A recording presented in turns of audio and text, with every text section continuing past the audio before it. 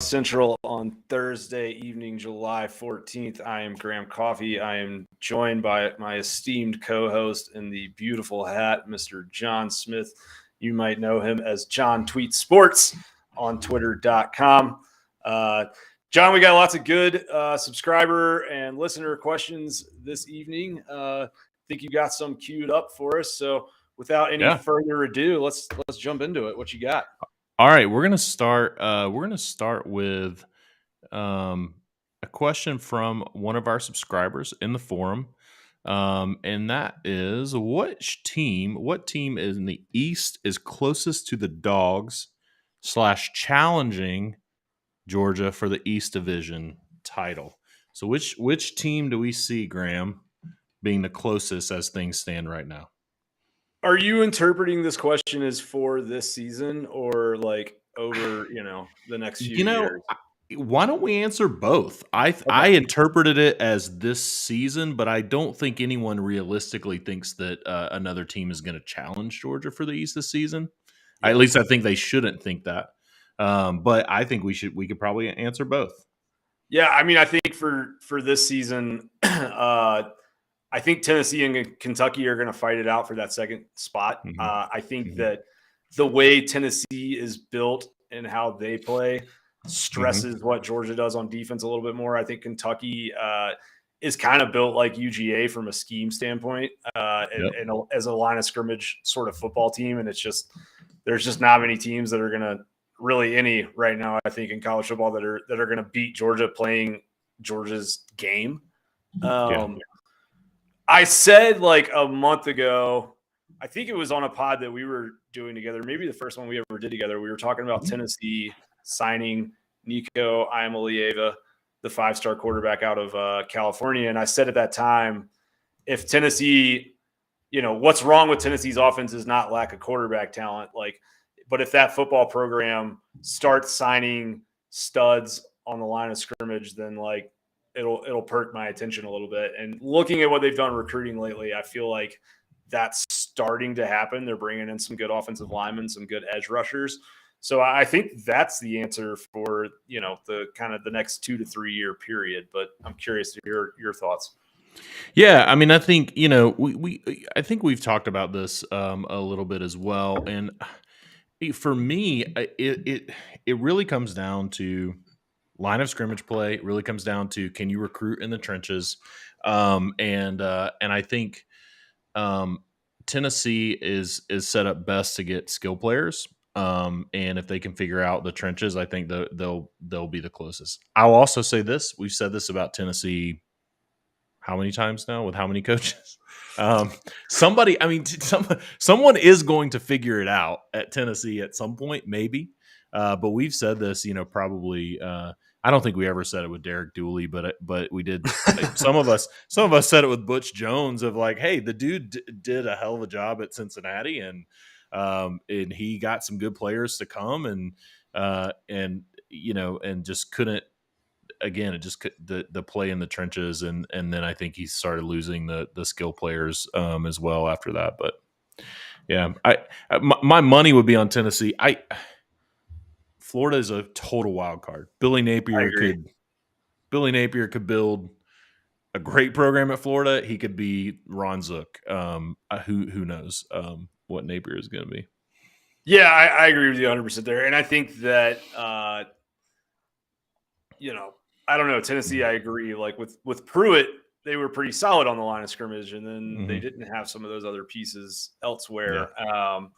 And now it's kind of the reverse. But, yeah, I mean, NIL is interesting, man, because like Josh Heupel by no means had a reputation as a recruiter when he took that job. But no, some things are happening. I think what's going to be interesting is there has been and I want to be clear, this is strictly message board rumors. I don't know anything, but there has been some conversation lately that Nico, the 5-star quarterback, might not be able to play his senior year in California. Don't know if that has anything to do with NIL. I don't think it should. I think it's legal for high schoolers out there, but I don't know. All this NIL stuff, it's just a question of how sustainable is it. If that's your plan in recruiting, then you may put together 1 or 2 really good classes like we saw Texas A&M do last year. But is that going to work for the long haul? Is that a good way to build team chemistry? That I'm skeptical of. Yeah, locker room chemistry, NIL. The challenges that it brings is going to be locker room chemistry and also ROI. I mean, at some point, it doesn't matter. It doesn't matter. Every person that I know that it has mass amounts of wealth that are putting it places want some kind of ROI, and generally, in this case, it's going to be wins, right? And I Right. think if you're putting that kind of money behind NIL, I don't think it's winning. I don't think it's moving to second place in the SEC East. I think it is, can you win the division? Can you compete for the SEC title? Can you make a college football playoff? Because that's the wild card for me with NIL. Besides what it creates in the locker room, at some point, the coach runs out of time because the folks giving the money say, hey, where's our return? And so it's going to be a long slog. For me, I think Tennessee has the best chance because of the way they're using NIL, the way they're recruiting. And I think Josh Heupel is a good offensive coach. I think he can put points on the board. And we'll see what unfolds there. All right, let's move on to the next question that we have from our forum. This is a question, related to I think it's a two-part question. One related to what's been happening in recruiting, and one just kind of in offensive line in general. But I'll flip the question here for those of you watching on the screen. Any reason that it seems like we're struggling to recruit on the offensive line right now? So first of all, I would say, let's talk about, is that true or not?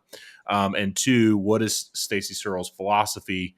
Inquiring minds need to know. These are two questions that we pulled together from the forum and one from our guy, Lamar Lovelace from 100 Lovely. Sanford. So, Okay. Yeah. He asked about Searle's philosophy. He's the inquiring mind that needs to know. But from the forum, was there any reason that it seems like we're struggling to recruit on the offensive line right now? So yeah, I mean, I think let's start with the recruiting part. Look at Georgia's offensive line roster right now. They've got probably the best set of returning offensive linemen in the SEC, and some of those guys, have another year or two to play. So it makes sense why a Samson Okunlumala, that kind of guy, maybe doesn't want to come in and recruit, play at Georgia right now when Amarius Mims is one of the, I think, 5 highest rated offensive line recruits ever, and hasn't been able to get on the field throughout his first 2 seasons. Right. So it's I think that, or I guess first season maybe. But yeah. I think that's part of it. Just the talent that's already there. I don't Searles came in from UNC really right in the middle of this 2023 cycle, right? He didn't really have the chance to develop some of those relationships. I think they were recruiting some different guys at UNC than maybe the caliber of offensive linemen that Georgia normally recruits. 100%. So I'm saving judgment till 2024, but I do think we're going to see Kelton Smith commit to Georgia here in the near future. And I think when that happens, maybe that will ease some minds a little bit, because you're talking about a really solid 4-star inside offensive lineman.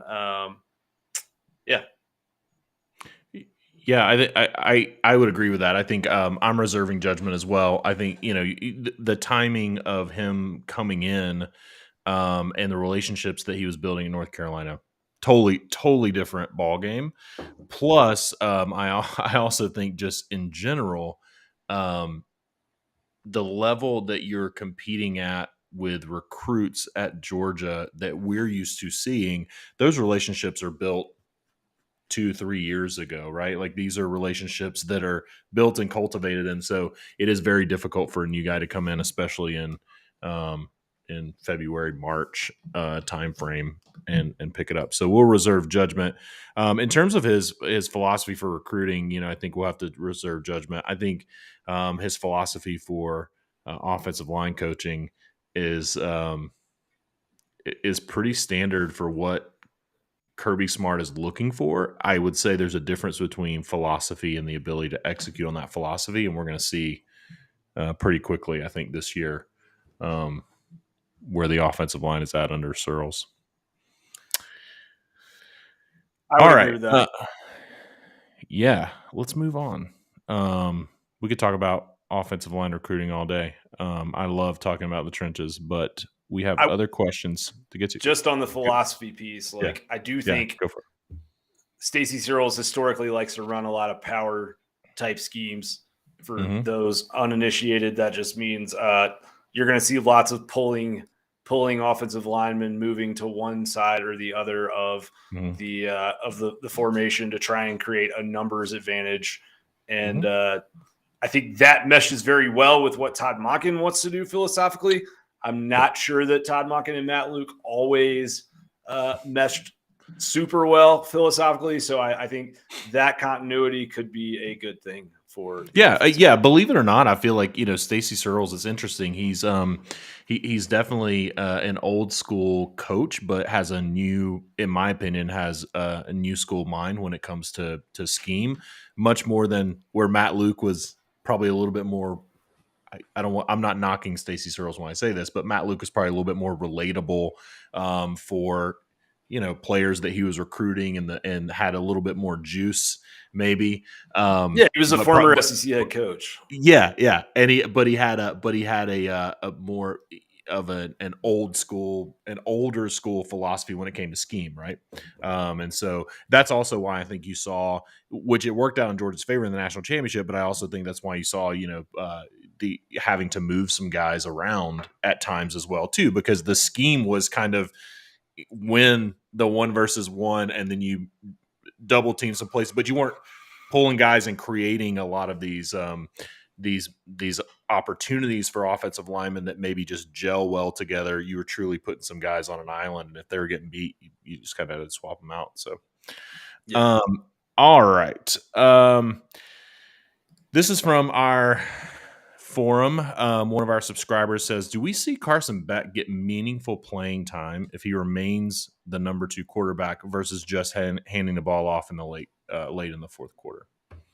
That's an interesting question. Yeah, I know, one thing that I feel like there's just considering what we're actually talking about, there's a surprising amount of vitriol out there when it comes to the kind of like late game philosophies of the Georgia offense. Like I see people get really angry about the fact that backups come in and aren't throwing the ball all over the yard when Georgia's up 40 or 50, which I understand the experience kind of like aspect of it, but it's also like, there's also kind of a respect for the opponent sort of element to some of this, I guess. But I think so. I think that Beck right now is assuming that room stays the same, like he's the guy that's going to start in 2023. And so it makes sense to get him some reps. I think that especially just looking at Georgia's schedule season, I mean, you've got Oregon week 1. That should be a good game, but Samford, lots of opportunities for reps. At South Carolina, we'll see. Kent State, lots of opportunities for reps. Missouri, Vanderbilt, Georgia Tech, like lots of opportunities.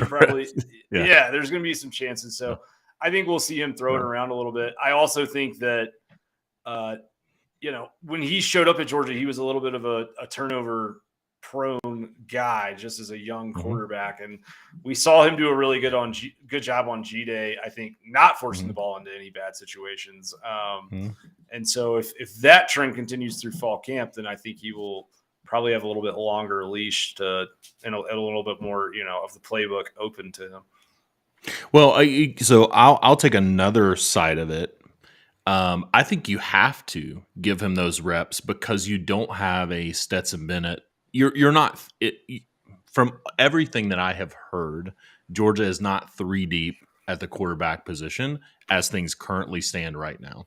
And so in that scenario, I think you have to put the guy in, and you can't put him in and just garbage time vanilla reps. If you're going to put him in even in garbage time, I think you have to open the playbook up a little bit for him, because if Stetson Bennett, God forbid he gets injured or isn't playing well or whatever, but maybe not isn't playing well.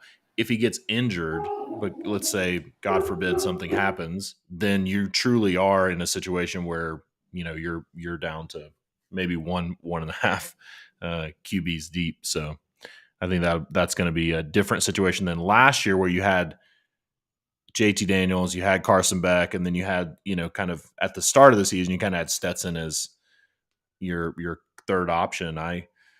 It would make me a little bit nervous if we're going into the third option the way that things currently stand from everything I've heard. I agree. All right.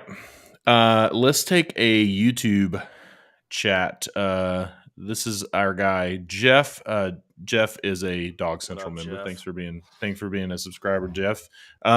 Graham, are you still feeling good about Justice Haynes and July 17th? What a weekend this could be with Troy Bowles announcing on Saturday. Yeah, I still feel like Justice Haynes is going to be a Georgia Bulldog. We as a team at Dawgs Central have heard that could happen as soon as this weekend. Mm-hmm. I don't ever want to say something is definitively happening until it's announced that it's happening. But I think Justice Haynes is going to be a Georgia Bulldog, whether that happens this weekend or not. I think that there's a very good chance it will happen this weekend, though. I feel good about it. But Yep. You know how these things are. All of a sudden, some asshole will be like, "Oh, this guy doesn't know anything." So yeah, and then Troy Bowles. Yeah, I mean, I like that. Seems like that's the third linebacker that's coming in this class, which as long as all that goes according to plan, which I expect it to, you're talking about a pretty incredible linebacker class with him, CJ Allen, Raylan Wilson. That's just a very, especially when you look at what modern offenses want to do, all those guys can run really well. They can move sideline to sideline, and I think that they have some good pass coverage ability. So yeah, I think that's this next couple weeks to end July, I think is going to ease a lot of the anxiety around the recruiting trail, or perceptions of, hey, Miami got this guy, or I think all that stuff's going to get settled here before we get to fall camp. Yeah, and I would say, I know there has been a lot there's been a lot of banter and chatter about Caleb Downs this week, and a lot of folks have heard or maybe have the impression that maybe Caleb Downs and Justice Haynes are ending up package deal, ending up at the same school. That could very well happen, right? Like they could totally, who knows, when it comes to the way that a lot of recruits think. But for me, I agree with you. I have a hard time seeing, a package deal between those two. So I think even if tomorrow Caleb Downs comes out and says he's going somewhere other than Georgia, I don't think that those two are as tightly connected as in terms of a package deal as some folks think. So, cool. All right, let's grab another one from our Dawgs Central forum. This was my favorite question of the week. I'll just go ahead and say it. Has UGA passed Alabama as the best team in college football? And do you think the fourth quarter beatdown Georgia gave Alabama will linger into this season? Well, that's a loaded all right. question. So, I mean, Nick Saban's the GOAT, right? 100%. He's the best coach in college football. Yep. I think that it's funny because there was a little conversation about this on Twitter today, actually. I think the way that Georgia finished that game is something that no one's going to forget soon on either of those teams. And that could Correct. the memory of that could push Alabama's team to work harder than they've ever worked this offseason. And,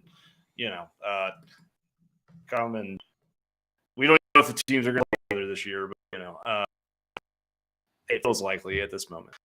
But I think Georgia, I'll tell you what, I'll say it this way. Georgia has passed Alabama in the sense of they are the most physical team in college football. And Alabama used to be the most physical football. They used to push you around and beat you up. And really that's how Georgia won that game in Indianapolis, by just sledgehammering Alabama throughout the last kind of 8-9 minutes of the fourth, running Zamir White over and over again and saying, we know that we're about to do this, we're about to do this, and you can't stop it. And Alabama couldn't stop it. Correct. Correct. So I think like there's something that happens when a win happens that way and a game is finished that way. It definitely sticks in everyone's minds. And I think that like the Bama bug, the Bama curse has definitely been shrugged off, especially with how that finished. I think like if Georgia had come out in that game and blown Alabama out, I actually think that like that might not give them the same amount of confidence that finishing in the fourth quarter against the team that always beats you in the fourth quarter did. But I don't know if it lingers into the season or not. It's like I think there's too many variables. But I think that everyone talks about Alabama, what they do offensively, and how dynamic they are. And I hear a lot of Georgia fans talk about, I want a 1,400-yard receiver and that type of stuff. But at the end of the day, a lot of those changes that Alabama made to their offense has actually made them more susceptible to getting beat. There's more variables. So correct. I think be careful what you wish for if you're a Georgia fan. Yeah. Yeah. Well, we've seen it. Listen, there are all kinds of reasons why people have injuries, right? We saw George Pickens blow out an ACL and miss the season last year. But there has been a propensity of, Alabama wide receiver injuries going back. Jalen Waddle had a season-ending injury. But there has been these situations, and what we've seen a lot of times in 2020, you had Devontae Smith, and no one was stopping Mac Jones and what Alabama was doing. But I do think it is challenging when you have so much of your production built up into 3 or 4 super dynamic skill players. I will answer this question succinctly. Has UGA passed Alabama as the best team in college football? My answer is no. I think if you go back and you look at Clemson is a good example, right? Trevor Lawrence, 2018, came out and beat 44-16, beat the brakes off of Alabama in the national championship game. I actually somehow ended up seeing that game in person in Santa Clara, and I can tell you, like, it was an absolute. The Alabama fans in the crowd were just stunned. It was an absolute just beatdown. And then we saw Clemson, rattle off another 14 games, and then Joe Burrow and LSU just dismantled them in the national championship game. And so I think as UGA passed Alabama as the best team in college football, I think Georgia was the best team in college football last season. I think as a program, you have to continue to build. And I also think it's just not as simple as saying, have you passed a team as the best team? Because I think Georgia's more physical. I think Georgia has more depth in certain areas, but I also think Alabama has a better quarterback. I think there's, you can piece all this together. And so when you're talking about best team collectively, this thing is a hard question to answer. I think, until Georgia can prove it again, it's hard to say that they've passed Nick Saban and company. All right. Let's see. We have a question on YouTube. This is a good one. This one has some meat to it. How concerned are you guys by our relative lack of senior leadership? We have a handful of guys like Nolan Smith, but not nearly as many as last year or 2017. Not coincidentally, those were Kirby's two best teams. Yeah, I think everything that I heard out of spring practice is that like the guys that are there, like Nolan Smith and Robert Beal and Christopher Smith, have really tried to carry that torch. I think what happened last year was Georgia's group of seniors were so dynamic, so powerful that they made an impression on that culture of the program that's going to stay for a long time, and it's kind of the standard, like the Patriot way, right? Like that kind of idea. I think there is some of that's happened, but there's definitely, there's not as much experience. There's not as many guys who have just been through the wars. When something bad happens or a big play gets given up, or you're in a tight game, that can just kind of look around and say, hey, we've done this before. It's fine. Everybody settle down. So I think that will be interesting, especially in week 1 against Oregon, depending on how that game plays out. But I think that there's a strong group there, from everything I've been told, that, is really eager to kind of prove like, yeah, we lost 15 guys to the NFL, and, this defense was phenomenal, but like, we're still here and now it's our turn. Right. Yeah. Yeah, I agree. I think the challenge with leadership is that with having concern about lack of senior leadership, for example, in college football, is that you don't know what's going on in these locker rooms, and you don't know, but you do know that you have players who have been around Nakobe Dean and Quay Walker and Jordan Davis and Devontae Wyatt, right? Like, you have guys who've spent a lot of time with them the last couple of years, and so you don't really know how that translates to the field until you see them out there. But I think personally, I'm not concerned about this, because I think the experience on the Georgia sidelines from a coaching perspective is probably the best it's ever been, in terms of having leadership on the sidelines and coaches who know the importance of leadership on the field. When you look at guys like Will Muschamp, and you look at obviously Kirby Smart, and you look at Brian McClendon, and you look at Trey Scott, like you have a group of coaches, Glenn Schumann, who they know the importance of this. And so Kirby was talking about it, at spring in spring, he was saying he was talking about challenging Stetson Bennett's leadership, for example. I think these guys are going to be plenty challenged with their leadership, and I think you have enough of them that are going to be on the field, that were on the field for that national championship game, that were on the field, that had to bow their backs and win a game of that magnitude. That I think you're going to be fine.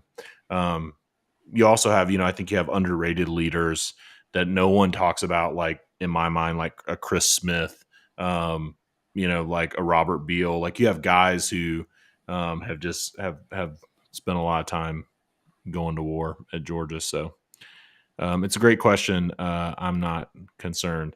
All right, we got an over-under. You want to do an over-under? Always. All right. Brock Bowers over-unders. 1,000 total yards.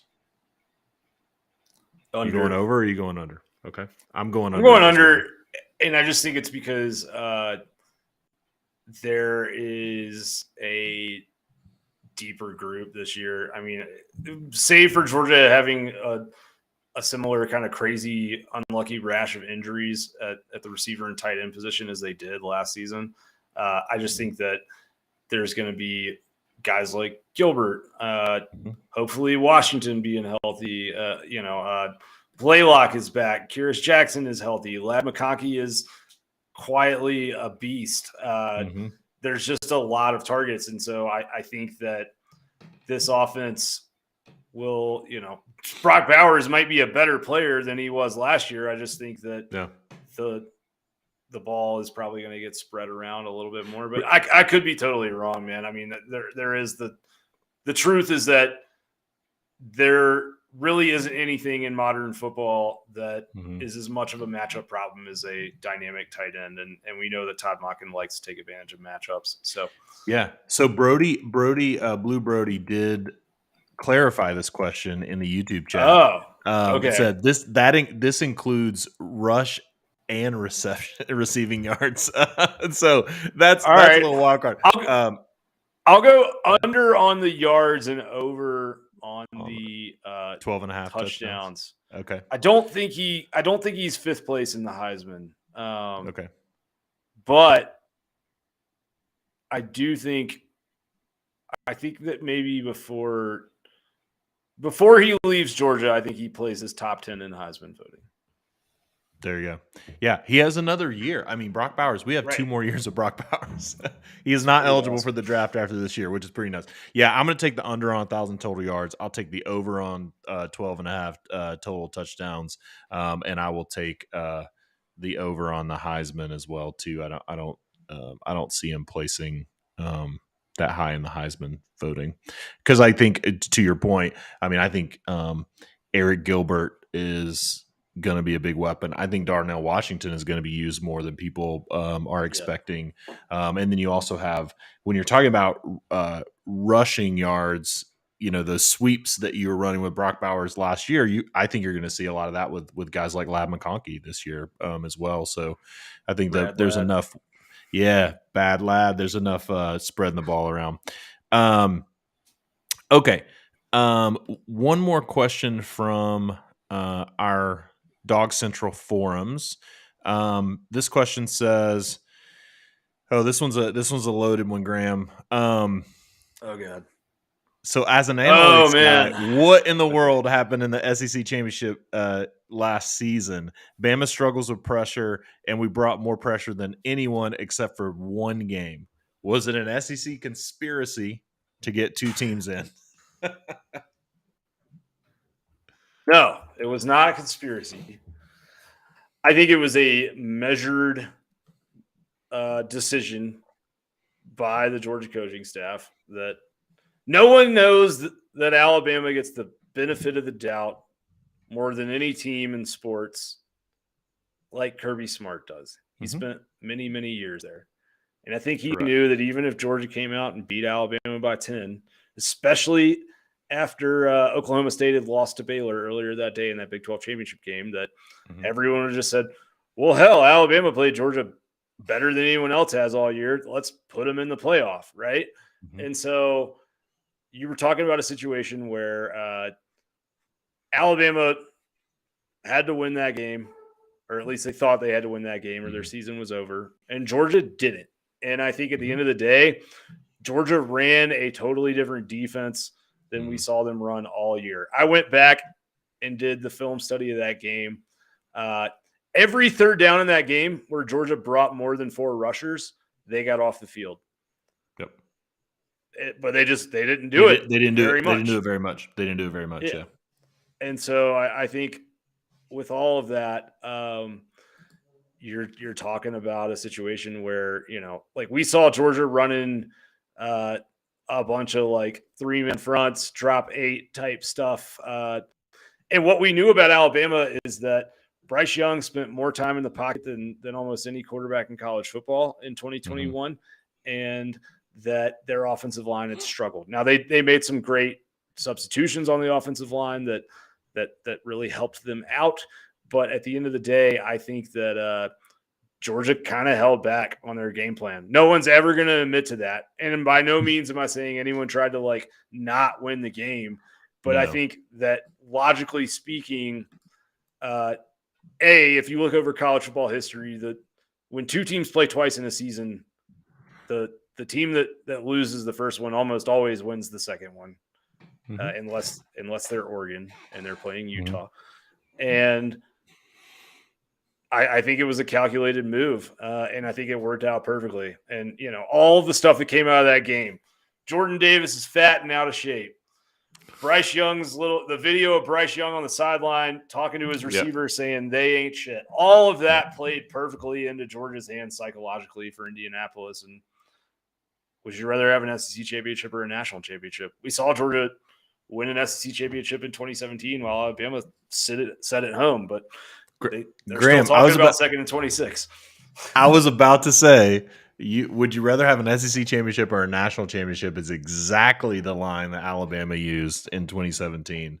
Right. And so, I'm with you. I think the biggest thing that was overshadowed in the Georgia Alabama SEC championship game is Georgia had some guys that were not 100% healthy, Chris Smith being one of them on the defense. And I think there was an opportunity where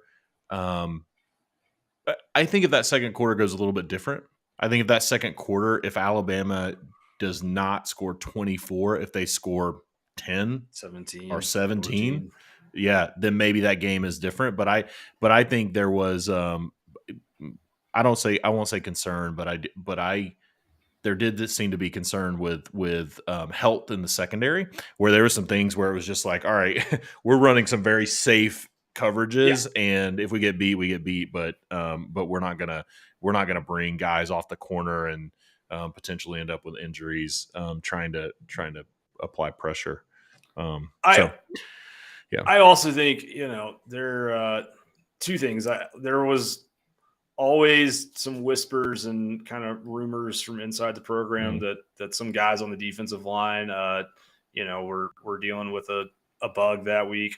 Mm-hmm. I don't know if it's true or not. I just know they looked a hell of a lot different when they showed up for the Orange Bowl than they did in Atlanta, and they looked very different than they had all year in Atlanta. I also do think there was a point that happened in that game where, I'm not saying anybody overrode anything, but like that play call that Todd Monken might have been saving for the right moment, maybe everybody's like, let's just hold on to that one. Let's not put that on tape right now. Like the halfback pass to A.D. Mitchell, or lining Brock Bowers up at left tackle and putting him on an RPO flat. Like some of that stuff Well, what you saw in the second half was you saw a lot of screen game to Lab McConkey and Brock Bowers. You saw Brock Bowers, run through 5 Alabama defenders and score a touchdown. But that was a very pedestrian play call. And so, and Georgia my gut tells me 46 times in that game, I think, in the second half, or not in the second half, but I mean, that was like Stetson Bennett threw the ball like a third more in that game than he did in any other game last year. Exactly. Yeah. All right. And, my gut tells me that it probably was a conspiracy to get 2 SEC teams in, because that sounds exactly like something Greg Sankey would dial up. So, you better not. You'll be sleeping with the fish if you we'll put say that out loud. Greg Sankey, the godfather of college football, college athletics in general. All right. Another super conference. Exactly. Question from Dylan in the YouTube chat. What's the true feeling on Caleb Downs? What's your gut telling you, Graham? Man, I think we saw the crystal ball go out yesterday for Alabama. The Fong bomb, who we have nothing but respect for. A lot of respect for Steve Wilftong. Yeah, he's right way more than he's wrong. I think that I don't know. I don't know who the decision maker is in that process. I don't know if it's mom or it's dad or it's Caleb.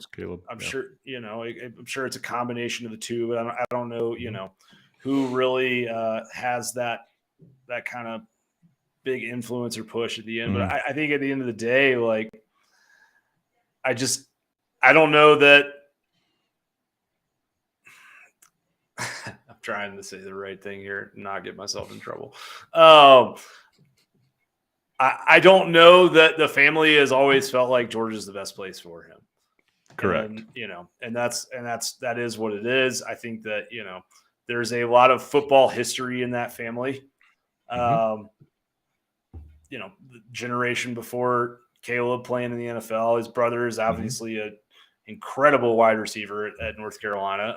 Mm-hmm. There's a lot of really good athletes that have been in that family, and when there's that much history, it's like I don't know, maybe there's just a riff there or whatever. Maybe there's Mm-hmm.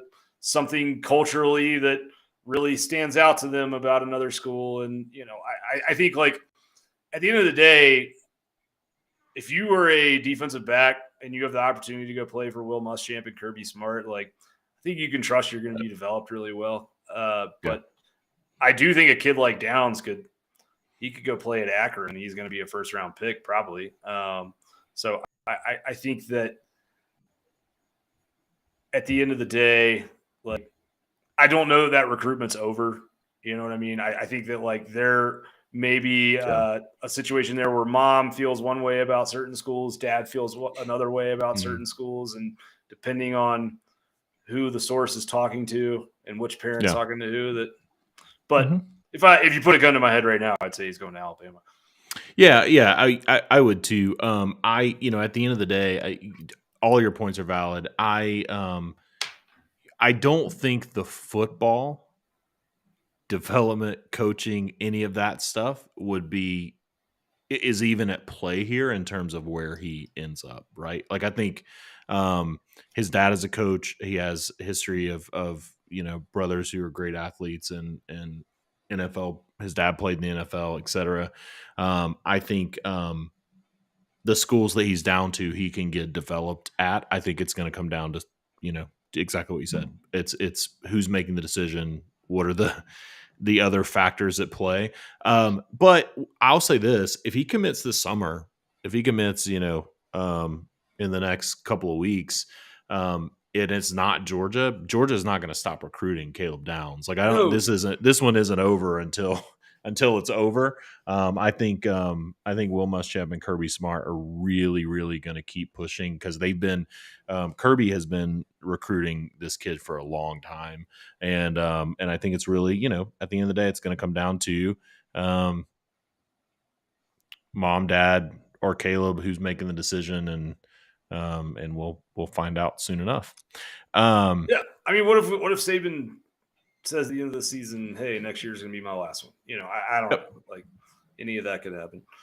Exactly. And I also think you also don't know who is going to end up in which class as well. So you could have a situation where, maybe there's an opportunity for, maybe he does want to come play with somebody that ends up at, committing to Georgia that's not committed yet. Or maybe somebody commits to Alabama that he, doesn't want to play with. Yeah. Yeah. So all kinds of things can happen. So I wouldn't stress about for these high profile players. I wouldn't stress about summer verbal commitments, especially in the age of the transfer portal as well. Like at the end of the day, I think there are going to be some kids that Georgia quote unquote missed on that are going to end up back at Georgia through a transfer portal situation over the next couple of years as well too. Look at Rico. Yeah, Arik Gilbert is a great example. Okay, we had one question about this kid Harbor out of DC. He's the number one, according to most sites, he's the number one rated athlete. He's an edge guy, and the question is where do we think UGA sits with him? Feel like I haven't heard much about his recruitment. For me, I'll just start real quick. I think Georgia is recruiting him like you would recruit a number one ranked player in the country. I don't see the interest in Georgia from him that I've seen from other players, which is why Georgia fans probably haven't heard as much about him. But I also will say it's just a pretty quiet recruitment in general. This kid to be as rated as high as he is by some sites has certainly been pretty quiet for a 2023 class guy. I know some sites have him leaning toward Maryland, Michigan. I personally haven't dug into him enough to know where I would lean, but I haven't seen, anyone else in the space really pushing him toward Georgia. So Yeah, I think he was in his top 7 that he put out in June. yeah, of course, yeah. I mean, looking back at our website, so if you are a Dawgs Central subscriber, you will know that you can go to the search bar in the top right and type in a recruit's name, and you can find And every post, every update that was ever there. Absolutely. It's very convenient. It does not exist in very many places on the internet, despite what you would think. Correct. So with Harbor, our guy Jason, who is our recruiting expert, who I always defer to on these things, and we always compare notes on these things. He said back a few weeks ago that Harbor will visit, and that's really all you can ask for. I think what we're looking at here, probably with Harbor, is a guy whose commitment timeline probably stretches more towards the end of the cycle. And so you're not hearing as much about him right now because you have a lot of big time blue chip prospects that are making their decisions now in July and early August before they go and play their senior year of high school football. So that might be one you hear more about as we get into the season and kind of some of these other dominoes fall. But I think if you can get a kid on campus, then anything can happen from there. And I think Georgia will get him on campus. So we'll see what happens from there.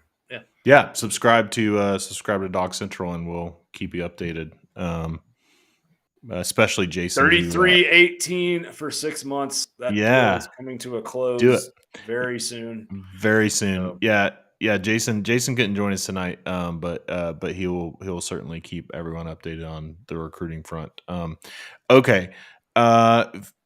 Toby in the YouTube chat says, are we feeling good on the Troy Bowles decision? We covered that earlier in the conversation. Toby, the short answer is yes. We are feeling good about that. We actually put a Dawgs Central staff prediction for Troy Bowles out today.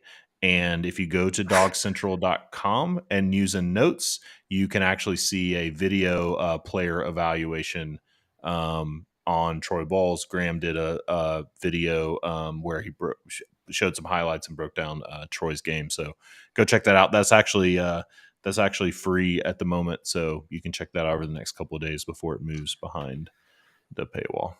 Well, so we found out that we actually we actually did a prediction for him like a few weeks ago, but we forgot. Yeah. So beautiful. We did it twice. We felt so good about it. We did it twice. Why not? All right. This one is great from Jason. If you're watching on YouTube and you have any other questions, throw it in the chat because we're going to wrap it up here in a couple minutes. I was in Limerick, Ireland for the World Championship of, and then you put in parentheses, old people, Ultimate Frisbee.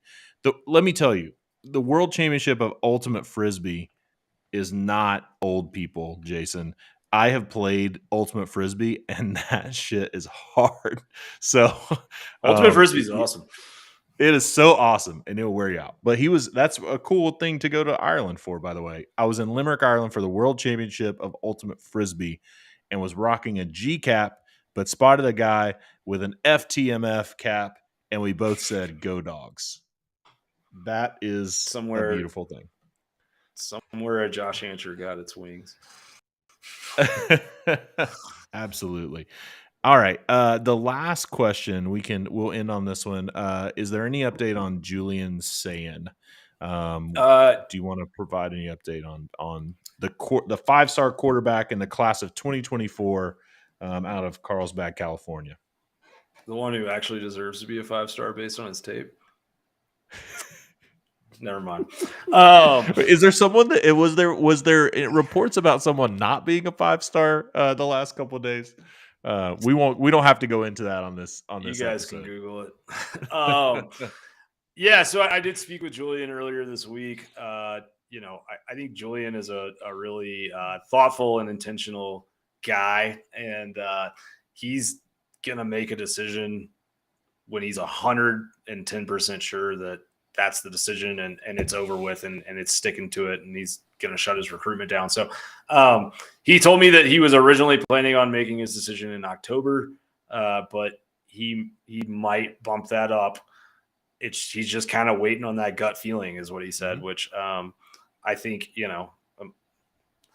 I think that's very smart. I think that's a very good way to make a decision. So not that it matters what I think. He's going to do whatever he wants either way. But I think that Georgia still feels like the destination there today. God knows we're talking about 16, 17, 18-year-old kids. Anything can happen. But I think that we will most likely see him committed to Georgia before the end of September. And maybe as soon as, within the next month. Yeah, I agree. And I would say if you look toward that 2024 class for Georgia, and I know that's hard, we still have a 2022 football season to be played. Then you have 2023 recruits to commit and sign, and then they play 2023. So it feels like a very long way away, but that 2024 class has some studs. And if you can get a quarterback like Julian Sayin, who is legit a legit top 3 quarterback in that class, and you can make the case that he's the number 1 or number 2, then I think you can get a lot of those studs in that 2024 class to come with him as well too. Sure. All right. So DawgsCentral.com. We're here every Thursday night answering questions. We also have some podcasts and shows that we push out. We also have partner podcasts like 100 Sanford that Graham is a co-host on that launched their second season this week with George Foster, former Dog George Foster as a co-host. We have My God a Podcast who launched their new season this week. I was on that one. It's very long, but it was very fun. We dove into a lot of fun conversation. So come to DawgsCentral.com, join us, subscribe. It's really, really cheap. $33.18 for the first 6 months, which is $5.50 something cents a month. I went to Starbucks today because I was wanting a fancy coffee, and I got a grande hazelnut latte with 2 pumps of hazelnut, and it cost me more than $5. Cost more than a month of Dawgs Central. Yep. Absolutely, it costs more than a month of Dawgs Central. So, come subscribe. We're excited to keep pushing out content. A lot of new features are going to be rolling on the site as well. So we're glad for y'all joining us tonight, and glad for y'all being along for the ride. Anything else, Graham, before we get out of here? No, sir. Just echoing what you said. Please come check out the website. We got a lot of exciting stuff going on, and we'll have even more going on when fall camp starts on August 4th. But by that time, you probably won't be able to get it 6 months for $33.18. So if you sign up now for $33.18, you get access all the way through through the college football playoff, right? So we you know what we need? We need a monster truck promo. Okay. Sunday. We need $33.18. We I don't know if we can afford that. Oh, we can. Someone, if you do monster truck promos, jump in my DMs because I want to talk to you about a Dawgs Central promo. No, I'm kidding. $33.18. Come join us. It really is a good deal, and you will be pleasantly surprised with the information that's going to be flowing over the next few months. You know what we can't afford? We could probably remember that guy who went viral on the internet for it was like the week after Georgia beat Oklahoma in the Rose Bowl, and he was just driving around all of Atlanta with a flat screen playing the TV. We could probably get somebody like that. Absolutely. That might be in the budget. Yes. If you have a truck that can hold a flat screen on the back and are willing to drive around Atlanta with we got to get out of here. We're just messing around at this point. But yeah, thank y'all for joining us. Had a great time. Thanks for the questions, and we'll see y'all on DawgsCentral.com or on the Twitters. Come follow us and let's have a great time. Absolutely.